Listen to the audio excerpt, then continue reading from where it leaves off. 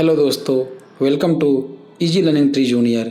आज के Hindi podcast series में हम लेकर आए हैं मुंशी प्रेमचंद की लोकप्रिय कहानी सदगति। दुखी चमार द्वार पर झाड़ू लगा रहा था और उसकी पत्नी झुरिया घर को गोबर से लीप रही थी। दोनों अपने अपने काम से फुर्सत पा चुके थे। तो चमारी ने कहा, तो जाके पंडित बाबा से कह आओ ना, ऐसा ना हो कहीं चले जाएं। दुखी बोला, हाँ जाता हूँ, लेकिन यह तो सोच वे बैठेंगे किस चीज़ पर। झुरिया ने कहा, कहीं से खटिया न मिल जाएगी, ठकुरानी से मांग लाना। दुखी ने झुंझलाकर कहा, तू तो कभी कभी ऐसी बात कह देती है कि देह जल जाती है। ठकुराने वाले मुझे खटिया देंगे, आग तक तो घर से निकलती नहीं, खटिया देंगे। पैखाने में जाकर एक लोटा पानी मांगो तो ना मिले, भला खटिया कौन देगा। हमारे उपले सेंठे भूसे लकड़ी थोड़े ही है कि जो चाय उठा ले जाए।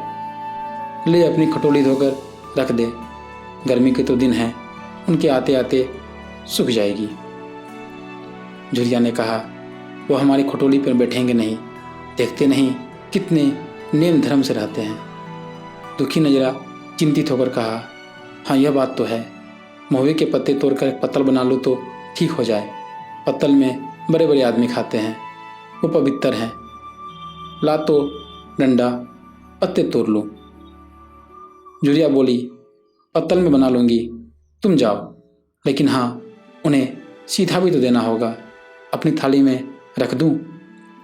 दुखी ने कहा, अरे कहीं ऐसा गजब न करना, नहीं तो सीधा भी जाए और थाली भी फूटे।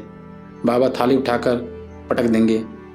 उनको बड़ी जल्दी क्रोध चढ़ जाता है। क्रोध में पंडिताइन तक को छोड़ते नहीं। लड़के को ऐसा पीटा कि आज तक टूटा हाथ लिए फिरता है। पत्तल में सीधा भी देना है, मुदा तू छूना मत। झुरी ने कहा, गोर की लड़की को लेकर शाह की दुकान से सब चीज़ें ले आना, सीधा भरपूर हो, सेर भर आटा, आधा सेर चावल, पाव भर दाल, आधा पाव घी, नून, हल्दी और पत्तल में एक किनारे 4 आने पैसे रख देना। गोर की लड़की ना मिले तो भुर्जिन के हाथ पैर जोड़ कर ले जाना, तू कुछ मत छूना, नहीं तो गजब हो जाएगा। इन बातों की ताकीद करके दुखी ने लकड़ी उठाई और घास का एक बड़ा सा गट्ठा लेकर पंडित जी से अर्ज करने चला। खाली हाथ बाबा जी की सेवा में कैसे जाता, नजराने के लिए उसके पास घास के सिवा और क्या था। उसे खाली हाथ देखकर तो बाबा दूर से ही धुतकारते। पंडित घासीराम ईश्वर के परम भक्त थे। नींद खुलते ही ईश्वर की उपासना में लग जाते हैं। मुंह हाथ धोते 8 बजते हैं, तब असली पूजा शुरू होती, जिसका पहला भाग भंग की तैयारी थी। उसके बाद आधा घंटे तक चंदन रगड़ते हैं, फिर आईने के सामने एक तिनके से माथे पर तिलक लगाते हैं। चंदन की 2 रेखाओं के बीच में लाल रूड़ी की बिंदी होती थी। फिर छाती पर, पाँवों पर चंदन की गोल गोल मुद्रिकाएं बनाते हैं। फिर ठाकुर जी की मूर्ति निकालकर उसे नहलाते, चंदन लगाते, फूल चढ़ाते, आरती करते, घंटी बजाते हैं। 10 बजते बजते वो पूजन से उठते और भंग छान कर बाहर आते हैं। तब तक 2-4 यजमान द्वार पे आ जाते हैं। ईश्वर की उपासना का तत्काल फल मिल जाता। वही उनकी खेती थी। आज वह पूजन गृह से निकले तो देखा दुखी चमार घास का गट्ठा लिए बैठा है। दुखी उन्हें देखते ही उठ खड़ा हुआ और उन्हें साष्टांग दंडवत करके हाथ बांधकर खड़ा हो गया। यह तेजस्वी मूर्ति देखकर उसका हृदय श्रद्धा से परिपूर्ण हो गया। कितनी दिव्य मूर्ति थी। छोटा सा गोल मटोल आदमी, चिकना सिर, फूले गाल, ब्रह्म तेज से प्रदीप्त आंखें, रोड़ी और चंदन देवताओं की प्रतिभा प्रदान कर रही थी। दुखी को देखकर श्रीमुख से बोले, आज कैसे चला रे दुखिया। दुखी ने सिर झुकाकर कहा, बिटिया की सगाई कर रहा हूँ महाराज, कुछ साहित्य सगुन विचारना है, कब मर्जी होगी। घासीराम ने कहा, अरे आज मुझे छुट्टी नहीं, हाँ सांस तक आ जाऊंगा। दुखी ने कहा, नहीं महाराज, जल्दी मर्जी हो जाए, सब सामान ठीक कराया हूँ, यह घास कहाँ रख दूँ। घासी राम ने कहा, इस गाय के सामने डाल दे और जरा झाड़ू लेकर द्वार तो साफ कर दे।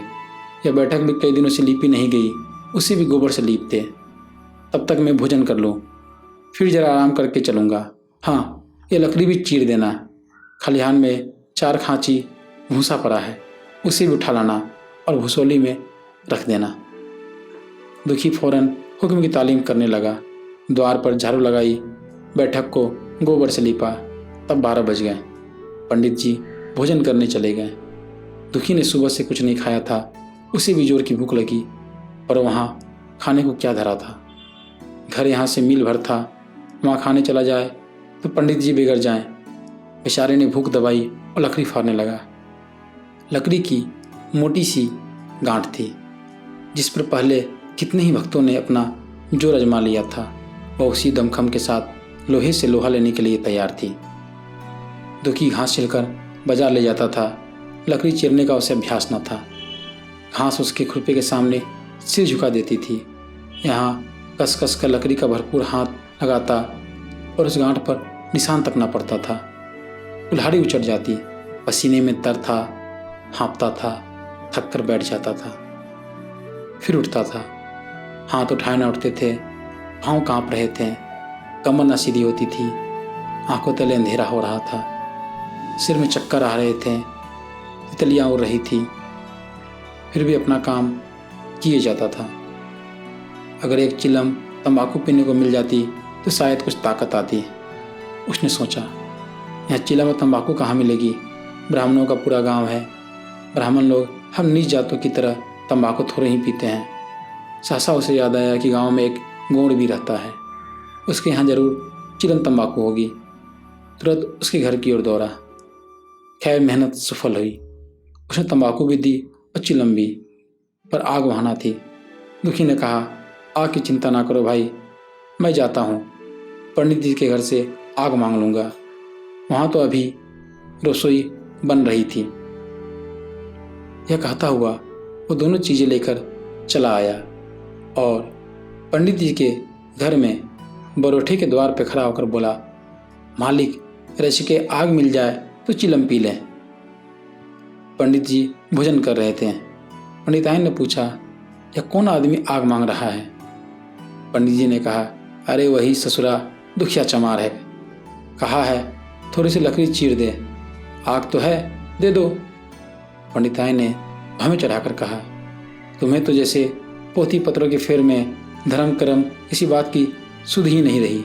चमार हो, धोबी हो, पासी हो, मुँह उठाएं घर में चले आएं। हिंदू का घर ना हुआ कोई सराय हुआ। कह दो दाढ़ीजार से चला जाए, नहीं तो इस लुहाटे से मुँह झुरस दूंगी, आग मांगने चले हैं। पंडित जी ने उसे समझाकर कहा, भीतर आ गया तो क्या हुआ, तुम्हारी कोई चीज़ तो नहीं छुई, धरती पवित्र है, जरा सी आग दे क्यों नहीं देती? काम तो हमारा ही कर रहा है। कोई लोनिया यही लकड़ी फाड़ता तो कम से कम 4 आने लेता। पंडिताइन ने गरज कर कहा, वो घर में आया क्यों? पंडित जी ने हार कर कहा, ससुरे का भाग था और क्या। पंडिताइन, अच्छा, इस वक्त तो आग दिए देती हूँ, लेकिन फिर जो इस तरह घर में आएगा तो उसका मुँह ही जला दूंगी। दुखी के कानों में इन बातों की भनक पड़ रही थी। पछता रहा था, नाहक आया। सच तो कहती है, पंडित के घर में चमार कैसे चला आए? बड़े पवित्र लोग हैं, तभी तो संसार पूछता है, तभी तो इतना मान है। भर चमार थोड़े ही हैं। इस गांव में बूढ़ा हो गया, मगर मुझे इतनी अकल भी ना आई। इसलिए जब पंडिताइन आग लेकर निकली तो वो मानो स्वर्ग का वरदान पा गया।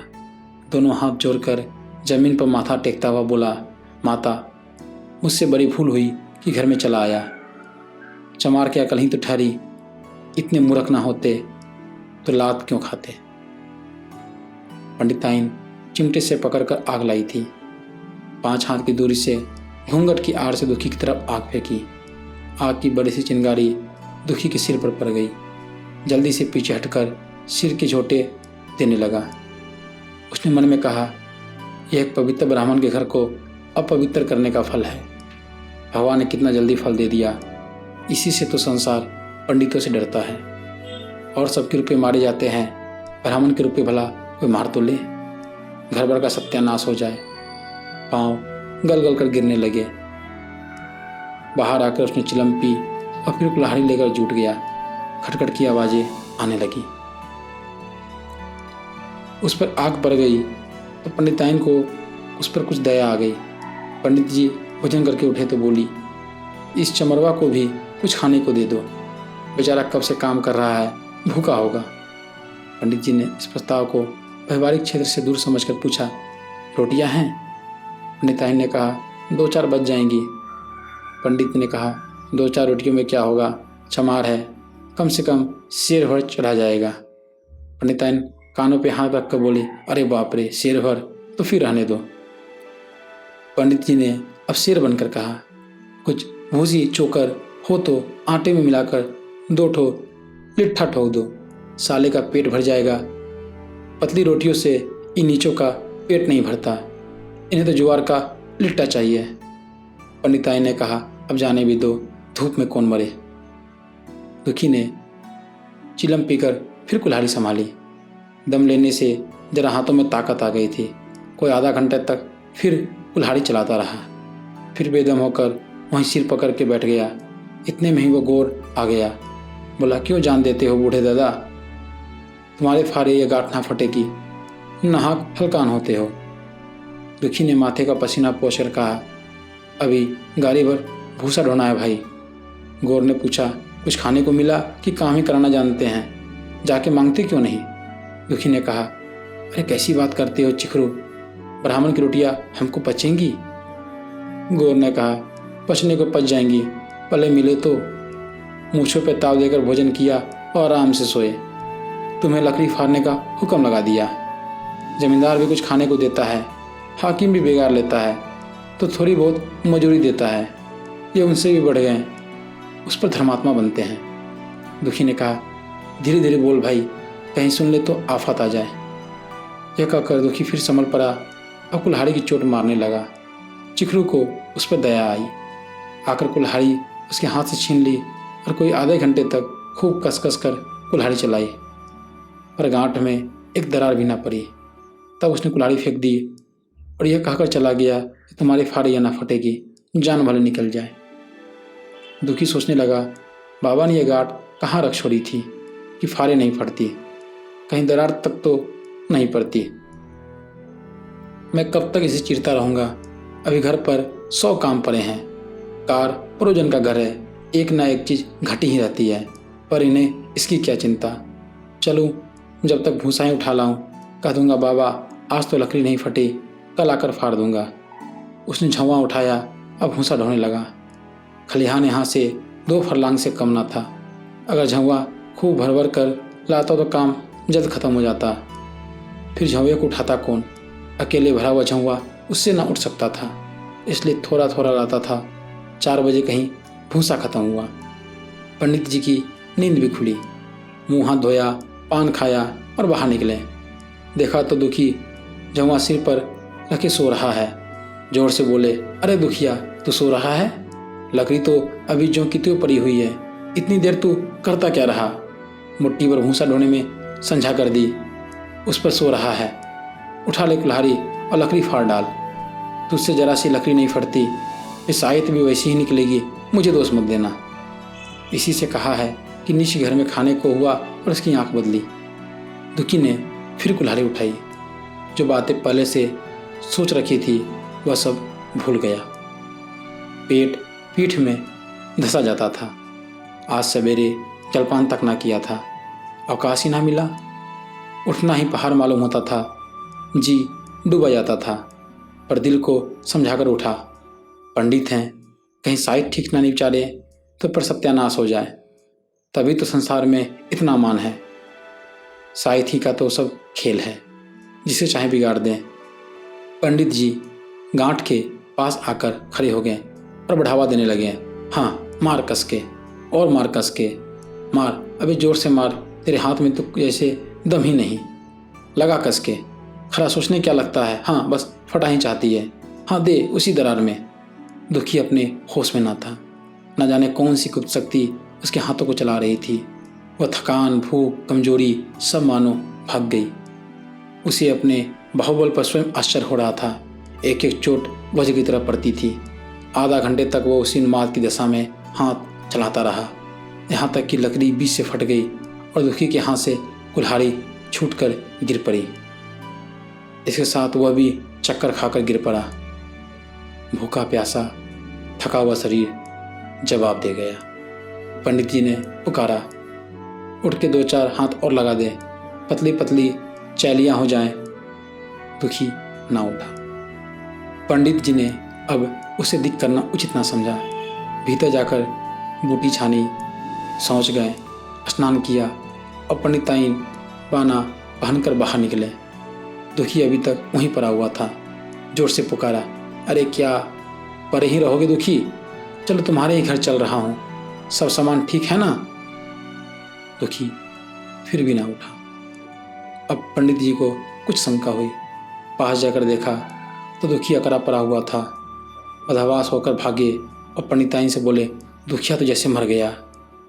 पंडिताइन हकबकाकर बोली, अरे अभी तो लकड़ी चीर रहा था ना। पंडित जी ने कहा, हाँ लकड़ी चिरते चिरते मर गया, अब क्या होगा? पंडिताइन ने शांत होकर कहा, होगा क्या, चमरोने में कहला भेजो, मुर्दा उठा ले जाए।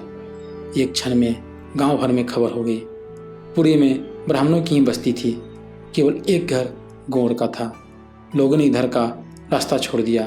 कुएं का रास्ता उधर से ही था। पानी किसे भरा जाए? चमार की लाश के पास से होकर पानी भरने कौन जाए? एक बुढ़िया ने पंडित जी से कहा, अब मुर्दा फेंकवाते क्यों नहीं? कोई गांव में पानी पिएगा या नहीं? इधर गौर ने चमरोने में जाकर सबसे कह दिया, खबरदार मुर्दा उठाने मत जाना, अभी पुलिस की तहकीकात होगी। दिल लगी है कि गरीब की जान ले ली। पंडित जी होंगे तो अपने घर के होंगे, लाश उठाओगे तो तुम भी पकड़े जाओगे। इसके बाद ही पंडित जी पहुँचे, और चमरोने का कोई आदमी लाश उठा लाने को तैयार ना हुआ। हाँ, दुखी की स्त्री और कन्या दोनों हाय हाय करती वहाँ पर चली और पंडित जी के द्वार पे आकर सिर पीट पीट कर रोने लगी। उनके साथ 10-5 और चमारिनें थी। कोई रोती थी, कोई समझाती थी, पर चमार एक भी न था। पंडित जी ने चमारों को बहुत धमकाया, समझाया, मिन्नत की, और चमारों के दिल पर पुलिस का रोब छाया हुआ था। एक भी न मिनका। आखिर निराश होकर लौट आए। आधी रात तक रोना पीटना जारी रहा। देवताओं का सोना मुश्किल हो गया, पर लाश उठाने कोई चमार ना आया। और ब्राह्मण चमार की लाश कैसे उठाते हैं? भला ऐसा किसी शास्त्र पुराण में लिखा है? कहीं कोई दिखा दे।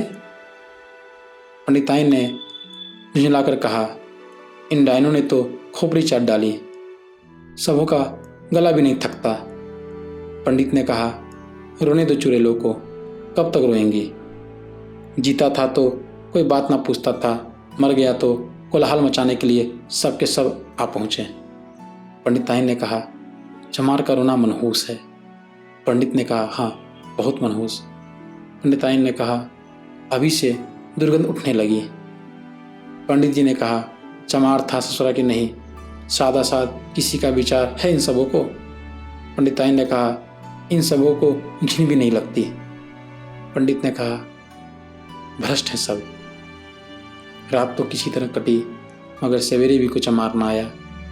चमारिनें भी रो पीट कर चली गईं। दुर्गंध कुछ कुछ फैलने लगा। पंडित जी ने एक रस्सी निकाली, उसका फंदा बनाकर मुर्दे के पैर में डाला और फंदे को खींचकर कस दिया। अभी कुछ कुछ धुंधल का था। पंडित जी ने रस्सी पकड़कर लाश को घसीटना शुरू किया और गांव के बाहर घसीट ले गए। वहां से आकर तुरंत स्नान किया, दुर्गा पाठ पढ़ा और घर में गंगा जल छिड़का। उधर दुखी की लाश को खेत में गीदड़ और गिद्ध, कुत्ते और कौवे नोच रहे थे।